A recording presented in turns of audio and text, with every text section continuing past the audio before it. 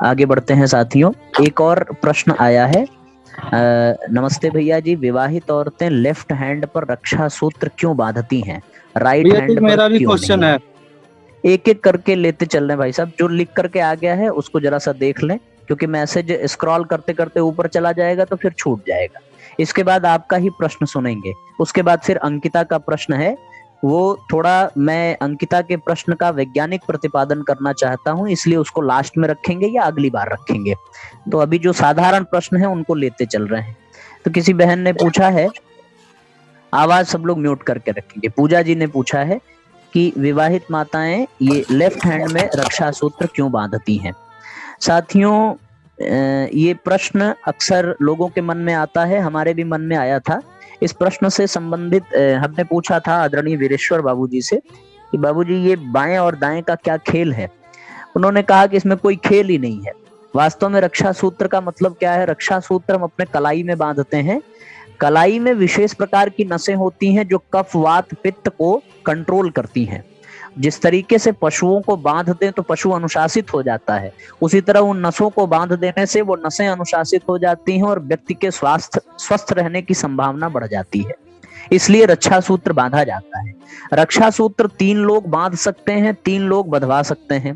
पहला, गुरु अपने शिष्य को बांधता है, बहन अपने भाई को बांधती है, पुरोहित अपने यजमान को बांधता है।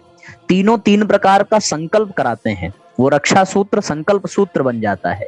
गुरु शिष्य को बांधे तो ये संकल्प कराता है, उसके द्वारा दी गई विद्या, उसके द्वारा दिया गया अनुदान समाज के हर व्यक्ति को बिना भेदभाव से पहुंचाइए, ये गुरु का संकल्प होता है। शिष्य को कराता है बांधते समय।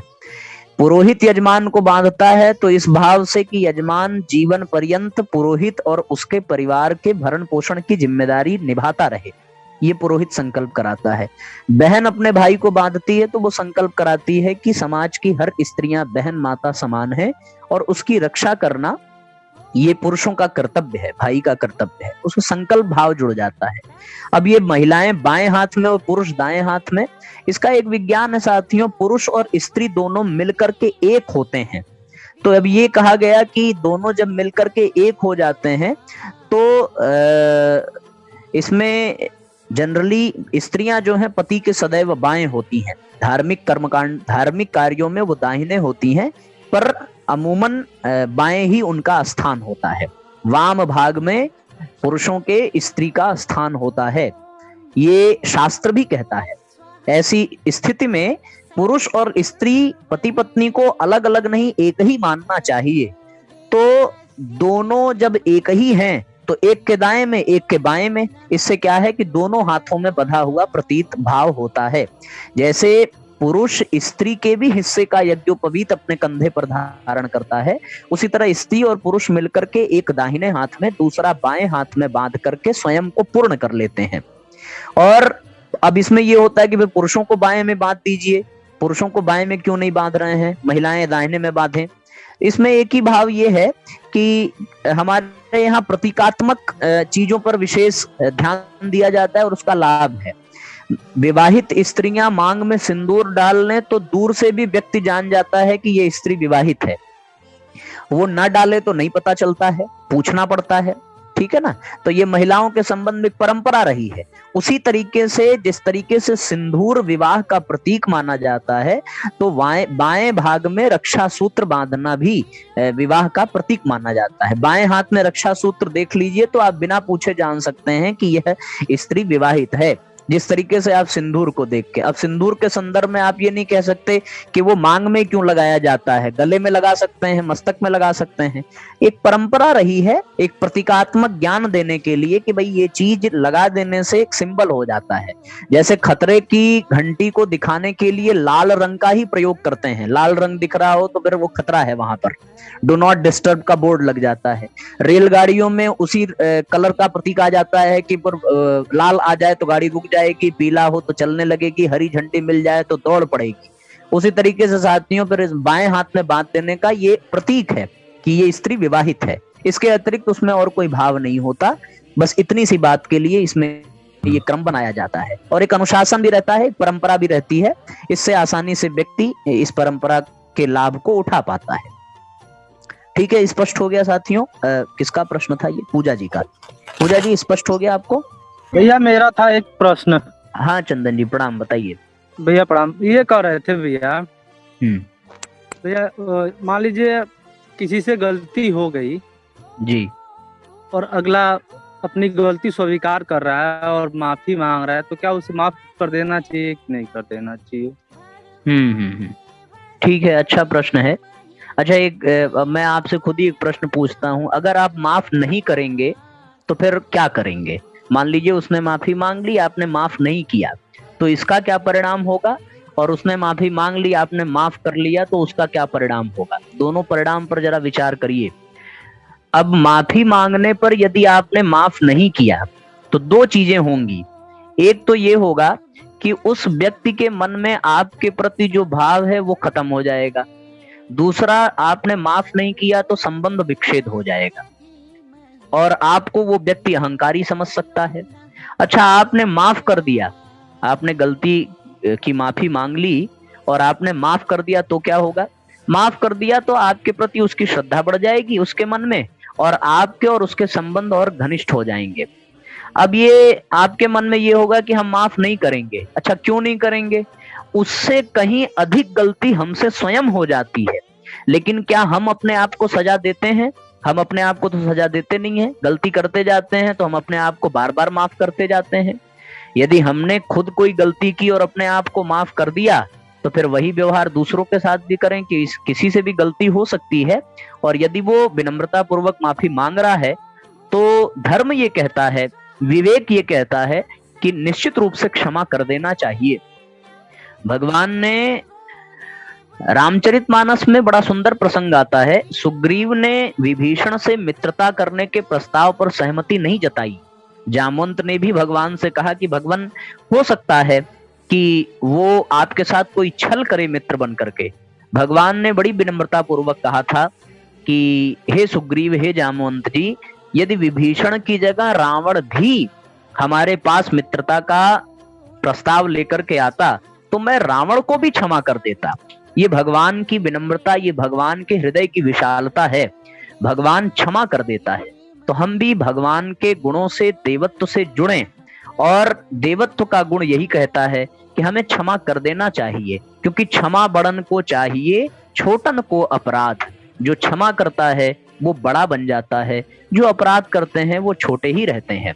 और क्षमा मांगने से पहले क्षमा कर दो, क्योंकि यदि आपने क्षमा नहीं किया तो इससे उसका नुकसान उतना नहीं है जितना आपका है।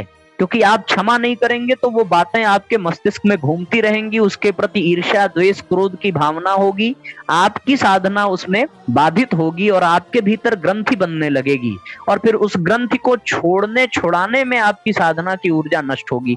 तो इसलिए व्यक्ति क्षमा बाद में मांगे। धर्म ये कहता है, साधना ये कहती है कि आप उसको क्षमा पहले ही कर दीजिए।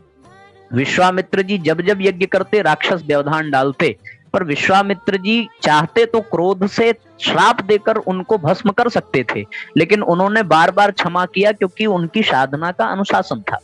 तो बस ये है, क्षमा बड़न को चाहिए। ये सूत्र याद रखें। वो क्षमा मांगे या ना मांगे, पर उसकी गलतियों को विसार देना, उसकी गलतियों को भुला देना, ये प्रथम साधक का प्रथम गुण होना चाहिए। क्षमा, विनम्रता, उदारता, सहनशीलता, आध्यात्म के ये चार मुख्य द्वार हैं जिसमें क्षमा है। धर्म के जो 10 लक्षण बताए गए हैं, धृति ही क्षमा, उसमें दूसरे स्थान पर धर्म का दूसरा लक्षण क्षमा है। क्षमा बहुत ये विषय बहुत बेहतरीन है। तो निश्चित रूप से क्षमा कर देना चाहिए मेरे हिसाब से, धर्म के हिसाब से। बाकी जैसा आपका दिल कहे, आपका विवेक कहे। स्पष्ट हो गया भैया? जी भैया, चले, बहुत बहुत धन्यवाद भैया। प्रणाम। प्रणाम भाई साहब, प्रणाम, बहुत बहुत धन्यवाद। हाँ ठीक है, अगला प्रश्न भैया। हाँ हाँ अर्चिता बोलो। भैया, एक सच्चे दोस्त की पहचान कैसे कर सकते हैं? सच्चे दोस्त की पहचान कैसे कर सकते हैं? क्या क्या क्वालिटीज होनी चाहिए उसमें? अच्छा चलो ठीक है। हाँ भैया, हेमांग तुम्हारा क्या प्रश्न है बेटा? मामा जी, आपने बोला था कि जो चक्रा होते हैं वो अपने आप एक्टिवेट हो जाते हैं, तो हमें पता कैसे चलेगा कि एक्टिवेट हो चुका है हमारा चक्र? बेटा तुम क्यों उसमें उलझे हुए हो? ये जो चीजें हैं ये पढ़ करके नहीं आती हैं। ज्ञान से अनुभव की शुरुआत हो सकती है, पर ज्ञान से अनुभव होता नहीं है। ज्ञान से तुम उस ज्ञान को अपने जीवन में लागू करोगे तो वो अनुभव होगा। जब आप उस ओर बढ़ेंगे तो आपको किसी से पूछना ही नहीं पड़ेगा, अनुभव के आधार पर आप स्वतः जान जाएंगे। ठीक है ना? उसमें कोई इंडिकेशन होता है ना, उसमें लक्षण बताए गए थे कि चक्रों के जागरण से चक्रों से संबंधित ज्ञानेंद्रियों और कर्मेंद्रियों में खुजली होना, गुदगुदी होना, उसमें झंकार होना, कंपन होना, इस तरह के लक्षण दिखाई देंगे। ठीक है ना? और फिर उन चक्रों के जागरण का जो प्रतिफल है वो जीवन में घटित होने लगे तो फिर व्यक्ति जान लेगा कि जागरण हो गया। और फिर इस तरह की साधना करने के बाद पूछने की आवश्यकता नहीं पड़ती है, ये स्वतः अनुभव होता है कि आप किस स्थिति में हैं, आपकी साधना कैसी है। ठीक है बेटा? तो इसमें बहुत ज्यादा नहीं उलझना है। मैंने उस दिन भी कहा था कि अब चूंकि गायत्री महाविज्ञान का स्वाध्याय करते करते ये अध्याय आ गया तो इसलिए इसे पढ़ देना उचित ही था, बीच में छोड़ना उचित नहीं होता, क्योंकि स्वाध्याय की अपनी एक मर्यादा है। जिस पुस्तक को उठावें तब तक दूसरी पुस्तक ना पढ़ें जब तक वो पुस्तक पूरी तरह से पूरी ना हो जाए, इससे ग्रंथ का अपमान होता है। तो हम लोगों को वो पढ़ना ही था, पर हमारे स्वाध्याय के इस क्रम में हर वर्ग, हर स्तर के लोग हैं, बच्चे भी हैं, वृद्ध भी हैं, वरिष्ठ भी हैं, कनिष्ठ भी हैं, विशिष्ट भी हैं, अलग अलग हैं। तो सबके लिए सारी चीजें नहीं होती हैं, इसलिए बेटा तुम इस चीज की ओर बहुत ध्यान मत दो। जो साधारण दैनिक उपासना है उस क्रम को आप करते चलिए, वहीं से सारी चीजें प्रारंभ होंगी और वहीं से रास्ता खुलता जाएगा। ठीक है? हमारे पास अभी 3 प्रश्न हैं। पहला एक निशा दीदी ने भेजा है महाराज पृथु की कथा के बारे में। तो इनको पृथु जी बहुत परेशान कर रहे हैं भाई, तो इनके इस प्रश्न को पिछली बार भी छोड़ दिया गया था, इस बार भी, तो क्योंकि समय तो पूरा हो ही गया है। और दूसरा प्रश्न है कि दक्षिण दिशा को अशुभ क्यों माना जाता है। और तीसरा प्रश्न आया था मित्र की बात। तो इन तीनों प्रश्नों में जो सबसे हमारे व्यवहारिक जीवन में अत्यंत आवश्यक है उसमें महाराज पृथु की कथा का भी उतना लाभ नहीं है, क्योंकि वो समय, परिस्थिति और विशेष के आधार पर था। वो किसी भी दिन सुनाई जा सकती है, उसको प्रश्नोत्तर सत्र में नहीं, कभी स्वाध्याय में समय बचा तो उसमें ही सुना देंगे, कोई विशेष बात उसमें नहीं है। भागवत का एक प्रसंग है वो आपको सुना देंगे, एक बात। दूसरा, दक्षिण दिशा में दक्षिण दिशा को क्यों अशुभ कहते हैं, ये एक प्रश्न है। ये अच्छा प्रश्न है, इस पे सब लोग थोड़ा रिसर्च करके, थोड़ा पढ़ करके, थोड़ा शोध करके आइए। ठीक है ना? तो अच्छा लगेगा चर्चा करने में। एक जो प्रश्न है मित्रता का, तो ये प्रश्न थोड़ा सा सारगर्भित है व्यवहारिक जीवन के लिए, व्यवहारिक पक्ष के लिए। इसका उत्तर सबको पता होना चाहिए, खास करके उनके लिए जो अभी नई नई शुरुआत कर रहे हैं मित्र बनाने की। तो इस संदर्भ में हम लोग सामूहिक चर्चा करें। हम लोगों का जो अनुशासन है वो यही कहता है कि किसी भी प्रश्न की सामूहिक चर्चा होनी चाहिए, पर आज के जितने भी प्रश्न थे उनमें ऐसा कोई प्रश्न नहीं था जिसपे हम सामूहिक चर्चा करें। उन प्रश्नों का शीघ्रता पूर्वक जवाब देना ही बुद्धिमानी थी, इसलिए हमने किसी से चर्चा किए बगैर ही आगे बढ़ना उचित समझा। तो अब ये जो प्रश्न है, मित्रता के लिए कौन सा गुण होना चाहिए मित्र के अंदर, और एक सच्चे दोस्त की क्या पहचान है, सच्चे मित्र की, इस पर हम लोग चर्चा करके आज के सत्र को विराम करेंगे। और बाकी इन 2 प्रश्नों को हम लोग आगे के सत्रों में चर्चा करेंगे। ठीक है साथियों? तो इस संदर्भ में, मित्रता के संदर्भ में यदि किसी को कुछ बताना हो तो वो आप अपनी विचार को प्रस्तुत कर सकते हैं। शीघ्रता पूर्वक, समय कम है, इसका विशेष ध्यान देंगे, विलंब ना हो। मामा जी, जो हमारा सबसे अच्छा मित्र होता है वो हमें, जब हम लोग किसी मुश्किल में होते हैं तो हमारी हेल्प करता है।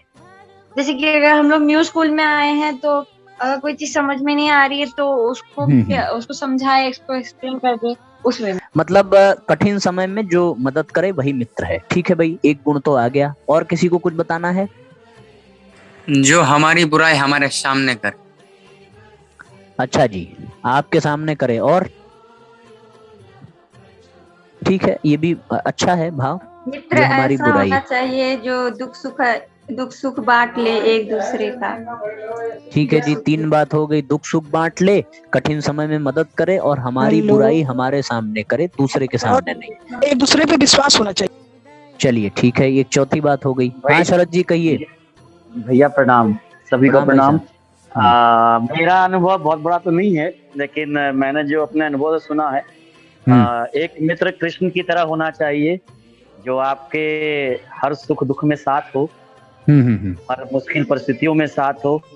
और एक मित्र कर्ण की तरह होना चाहिए, जो आपके बुरे वक्त में, मतलब आपके बुरे समय में भी आपका साथ दे। अच्छा। मतलब सेंस कहने का ये है कि अगर गलत भी हो रहा हो, अगर गलत भी आप हैं, फिर भी आपके साथ रहे, आपके हिम्मत को बनाने के लिए। तो दोनों का अपना अपना एक प्रसंग है, दोनों का अपना अपना एक जगह वो है। तो मित्रता बहुत अनमोल होती है दोनों तरफ से। चलिए ठीक है, बहुत बढ़िया। आप बताएंगे। ठीक है, बेहतर हम बताएंगे ऐसी बात तो नहीं है, सब लोग हैं बताने के लिए भैया, और हम भी बताएंगे तो जो गुरुजी ने बताया। हाँ पूजा जी कहिए। एक अच्छा मित्र वो होता है जो कोई गलत कर रहा है तो उसको बताए कि ये गलत है, उसको सही रास्ता दिखाए। जी ठीक है। आप कहाँ से जुड़ रही हैं? राजस्थान से। अच्छा जी, चलिए बहुत बहुत बढ़िया। ठीक है, और कोई परिजन? बड़ा अच्छा लोगों ने विचार दिया है। मसला आया कि मित्र जो हो सुख दुख में साथ दे, कठिन समय में साथ दे। तीसरी बात आई कि हमारी बुराई हमारे ही सामने करे, न कि दूसरों के सामने, हमें सही मार्ग दिखाए। एक दूसरे के प्रति पूर्ण विश्वास होना चाहिए। अच्छा जी, तो सब बहुत सारी चीजें हैं। इस तरीके से अनेकों बातें हो सकती हैं। दुनिया में जितनी अच्छाई है वो हमारे मित्र के ही भीतर होनी चाहिए, हमारे भीतर नहीं होनी चाहिए। ये ठीक है। इससे ये पता चलता है कि जो हमारा मित्र हो उससे हमें क्या क्या एक्सपेक्टेशन होती है।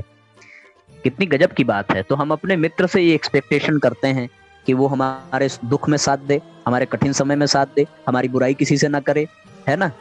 तो इन चीजों को तो फिर अपने भीतर भी डेवलप करना चाहिए ताकि हम भी अच्छे मित्र बन सकें। एक बड़ी विशेष बात शरद जी ने कह दी कि मित्र कृष्ण की तरह होना चाहिए और मित्र कर्ण की तरह होना चाहिए। ये थोड़ा सा कंट्राडिक्शन हो गया। कृष्ण वो है जो गलत करने से रोकता है, कर्ण वो है जो गलत में अपने मित्र का साथ देता है ना। शरद जी सुन तो रहे हैं ना, इसमें थोड़ा कंट्राडिक्शन हो गया। अब दोनों में है ना, अब दोनों में जो ये बात निकल करके आ रही है, कृष्ण तो हमेशा पार्थ को गलत करने से रोकते हैं, कर्ण मित्रता निभा रहा था। ये कहना मेरी दृष्टि में, अपनी अपनी विचारधारा होगी, पर मैं जो समझता हूं उसके आधार पर कर्ण ने मित्रता नहीं निभाई है, कर्ण ने नमक का कर्ज चुकाया है। क्योंकि जिस समय कर्ण को सूत पुत्र कह करके सारे समाज के लोग कह रहे थे, उस समय में दुर्योधन ने कर्ण का साथ दिया और अंग राज्य उसे समर्पित किया, तो उसके कारण दुर्योधन का वो कर्जदार हो गया और कर्ज को अदा करने की जिम्मेदारी उसने निभाई, न कि मित्रता निभाई। क्योंकि यदि मित्रता निभाता तो वो कर्ण कभी भी दुर्योधन को गलत मार्ग पर चलने में सहयोग कभी न करता। इस दृश्य से कर्ण मेरी दृष्टि में अच्छा मित्र नहीं है, मेरी दृष्टि में कृष्ण अच्छे मित्र हैं निस्संदेह। तो ये तो स्पष्ट हो जाना चाहिए कि कर्ण को श्रेष्ठ मित्र कहना बहुत, मेरी दृष्टि में, अब आपकी क्या भावना रहेगी अलग है भैया, सभी की दृष्टि में। अच्छा जी भैया जी, कर्ण को मैं भी नहीं मानती अच्छा मित्र, सभी की दृष्टि में। चलिए ठीक है साथियों, किसी को और कुछ कहना है इस संदर्भ में या फिर हम इसको कंक्लूड करें? कहिए भैया, आप बताइए, नहीं तो समय निकल जाएगा। हाँ, चलिए ठीक है, मैं जल्दी से कंक्लूड कर देता हूँ इस संदर्भ में। देखिए, परम पूज्य गुरुदेव ने एक पुस्तक लिखी है, मित्र भाव कैसे बढ़ाएं, मित्रता के बारे में पुस्तक लिखी है, आप लोग उसको पढ़ लीजिएगा, बहुत बेहतरीन है, उसमें बहुत सारी बातें लिखी हैं। वास्तव में साथियों, मित्रता ही एक ऐसा संबंध है जिसे हम अपनी मर्जी से बनाते हैं, और निस्संदेह जिससे घनिष्ठ मित्रता हो उसका उससे पुराना संबंध होता है पूर्व जन्मों का, इसमें कोई दो राय नहीं है। क्योंकि माँ बाप से संबंध होना ये परमात्मा के हाथ में है, परमात्मा कहाँ हमें भेज रहा है। वास्तव में परमात्मा हमें भेजता ही नहीं है, हम अपने प्रारब्ध और कर्म के आधार पर ही परिवार और माँ बाप का चयन करते हैं। वह जीवात्मा खुद चयन करती है। मृत्यु के बाद क्या होता है, इस पुस्तक में इस बात का वर्णन है, कभी उस पर विस्तार से चर्चा होगी। तो बाकी सारे जो संबंध होते हैं वो विधि के विधान के अनुसार होते हैं। मित्रता का भी संबंध विधि के विधान के अनुसार होता है, पर वास्तव में प्रत्यक्ष रूप से मित्रता का संबंध हम अपनी इच्छा, अपनी स्वेच्छा से बनाते हैं। कभी अच्छे लोगों से मित्रता होती है, जिससे हमारा मन मिल जाए, जिससे हमारा विचार मिल जाए, जिससे हमारा व्यवहार मिल जाए, तो हमारी दृष्टि में वो मित्र बन जाता है। हम चोर हैं, कोई चोर मिल जाए तो वो चोर हमारे लिए मित्र बन जाता है। हम चरित्रहीन हैं, कोई चरित्रहीन हो जाए तो फिर वो हमारे लिए मित्र है। हम नशा करने वाले हैं, तो नशा करने वाला कोई मिल जाए तो वो शराबी हमारे लिए मित्र बन जाता है। अब रह गई बात, तो ये कहने का भाव ये है कि मित्रता का जो संबंध है हम अपनी इच्छा के आधार पर कर लेते हैं, हमें जो पसंद आता है। अब वास्तव में मित्रता के अंदर कौन से गुण होने चाहिए और कौन सा मित्र अच्छा है, ये बात रामचरितमानस के अरण्य कांड में, संभवतः अरण्य कांड, किष्किंधा कांड में दिया गया है। जब सुग्रीव से भगवान श्री राम की मित्रता होती है, तो उसमें पहला सूत्र दिया गया, निज दुख गिरिसम रज करी जाना, मित्रक दुख रज मेरु समाना। वह मित्र बहुत बड़ा पातकी है, जो अपने दुख को निज दुख गिरिसम अर्थात पर्वत जैसा जानता हो, मित्रक दुख रज मेरु समाना, मित्र के दुख को बालू का ढेर समझता हो। वो मित्र बहुत बड़ा पातकी है, बहुत बड़ा दुष्ट है। तो मित्र वो है जो अपने दुख को कम समझे, अपने मित्र के दुख को अधिक समझे। पहला ये सूत्र आता है। दूसरा सूत्र आता है, गुण प्रकट ही अवगुण ही दुरावा, कि मित्र के गुण को वो प्रकट करे और मित्र का जो अवगुण है, मित्र के गुणों को प्रकट करे, मित्र का जो अवगुण है उसको छिपावे। अवगुण ही दुरावा, उसको छिपाने का भी भाव है, या उसके लिए मित्र को दुत्कारना कि तुझे ऐसा नहीं करना चाहिए। तो गुण प्रकट ही, समाज के सामने उसके गुणों को प्रस्तुत करना, और अवगुण ही दुरावा मतलब छिपा भी देना और उसके लिए मित्र को डांटना भी, ये मित्र का। और फिर इस चौपाई का दूसरा चरण है, कुपथ निवार सुपंथ चलावा, मित्र को गलत रास्ते से जबरदस्ती हटा करके सही रास्ते पर चलाना मित्रता का गुण होना चाहिए। ये बात निकल करके आती है। भगवान ने सीता की खोज बाद में की, सुग्रीव को राज्य पहले दिलाया। भगवान ने रावण का वध बाद में किया, विभीषण को लंकेश कह करके पहले बुलाया। कृष्ण ने सुदामा से मित्रता का संबंध निभाया, अर्जुन से मित्रता का संबंध निभाया, उद्धव से मित्रता का संबंध निभाया। इन सूत्रों को देखते हुए लगता है कि ये 4 सूत्र पर्याप्त हो जाते हैं। पहला, गुण प्रकट करें, अवगुणों को मिटाएं, हटाएं, कुपंथ से हटाकर सुपंथ पर चलाने के लिए प्रेरित करें, और मित्र के दुख को सबसे बड़ा दुख समझें, अपने दुख को मित्र के दुख के आगे हमेशा कम समझें। ये रामचरितमानस की चौपाइयां इसमें बताती हैं। इसी को आधार बना करके मैंने इसको स्पष्ट किया है। तो सबको स्पष्ट हो गया साथियों? जी भैया, बहुत बहुत धन्यवाद। बहुत बढ़िया, बहुत सुंदर भैया। चलिए ठीक है साथियों, बहुत बहुत धन्यवाद आप सबको। आज के सत्र को हम लोग यहीं पर विराम कर